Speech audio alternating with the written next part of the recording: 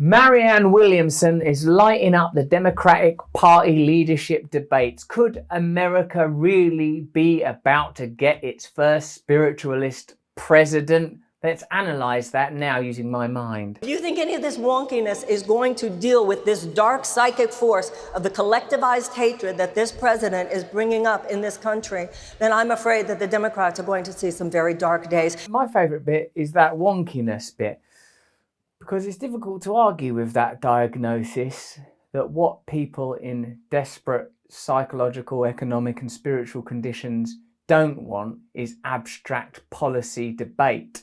Ben Shapiro, when talking about the rise of Marianne Williamson, said that the Democratic Party is a spiritual party, not a policy party. That's interesting that he says that, because he's saying, I suppose, that the party is appealing to voters on an emotional stroke spiritual level, as opposed to, listen, we'll reduce your taxes, we'll do this, this and this.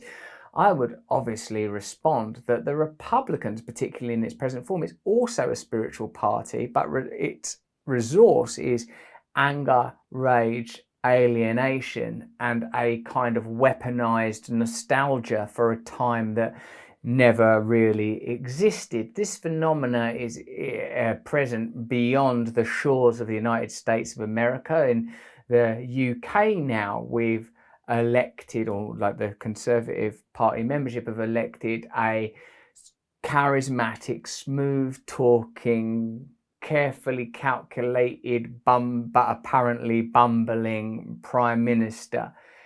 It's an interesting time. When we live within the immersion of spectacle, the spectacular is gonna seem appealing, and entities and folk who operate well within that context will rise to the top. People like Donald Trump, who knows how to be on TV, Boris Johnson, who knows how to be on TV, and indeed Marianne Williamson, who knows how to speak the language of feeling. What I feel these recent debates demonstrate is that politics can no longer afford to exclude basic spiritual principles such as compassion, community, kindness. These ideas were always present, but I think we all got so lost in the idea, speaking for myself, of individualism, that we forgot that we all exist tied by 1,000 invisible threads to one another, that we are all in constant relationship, that my success is tied to your success, my happiness is tied to your happiness. We are so happy to live in this ossified view of frozen selfhood, as if we are sort of contained and concealed, and look at where it's leading us, this kind of toxic individualism, toxic individuality. Because so many Americans realize there is an injustice that continues to form a toxicity underneath the surface, an emotional turbulence that only reparations. Thank you very much. What I reckon a little bit when I watch it is, it's very difficult for these kind of ideas and these kind of sentiments to enter into systems that are designed primarily for self-preservation and to facilitate the interests of the powerful. Very difficult to introduce rhetoric and ideology that's about wealth redistribution, the happiness of the many, even constitutional ideas such as the rights of individuals to pursue happiness seem abstract now, when unconsciously or otherwise we have completely accepted that the role of government is to allow powerful interests to pursue their goals. Marianne Williamson is talking a language that for me is truthful and apposite, and the kind of discourse that I'm happy to see introduced into politics, but the kind of systemic change required goes beyond the persona of the individual in office. In my opinion, that's not to criticise the great efforts of Marianne Williamson, because I think what's happening is it's highlighting a reality that has been long ignored.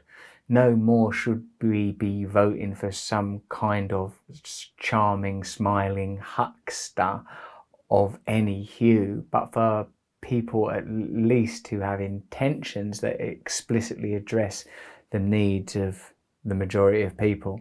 My personal belief is, I'm sure you know by now, is that those issues can't be addressed through the centralised agencies and systems that have been long augmented, such as American democracy. I don't see how that can ever again function for the benefit of 300, whatever it is now, million American people. And I'd say the same thing of Britain, that there's a requirement for such constitutional and systemic change, such devolution, so that ordinary people have access to power. But when that happens, the kind of things that Marianne Williamson is talking about should be uppermost, foremost in our minds. How do we start to feel good? How do we feel good about ourselves and one another? How do we treat one another? We're human beings. All of these policies pass through the psyche and consciousness of individuals. They have an emotional component. Donald Trump is an emotional politician. Boris Johnson's an emotional politician. These are all, don't you feel like it's the absence for the last 10 years of a charming, charismatic politician that's led us to sort of one way or another? I know it's different because he's only been voted for by a small number of people, but the rise of Boris Johnson can be seen as a response to the preceding leaders. Like, oh God, let's have someone who's a bit colourful and interesting in office, regardless of the likely outcomes of his sort of policies and intentions. So for me, the introduction of a figure like Marianne Williamson into the political mainstream is a positive thing, because it opens up the conversation. Just to hear the word dark psychic forces spoken in American political conversation is, for me, exciting, because what is this really? Human beings alive in the world, aware that we and everyone else is going to die, knowing that we're dealing with power and resources, and that mostly, for most of us, we have no access or purchase or ability to control the systems and institutions that determine the types of lives we will live.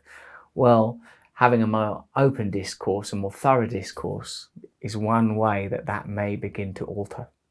If you'd like to see more Marianne Williamson, there's an episode of Under the Skin where I talked to her the very day that she announced her candidacy. So check that out on Under the Skin with Luminary, or watch the full video on YouTube. Thank you. Thanks for watching this podcast and going all the way to the end of it. Would you so kind as to click the bell? It might not be there because they're over there.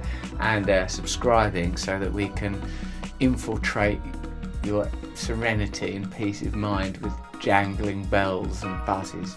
Thank you.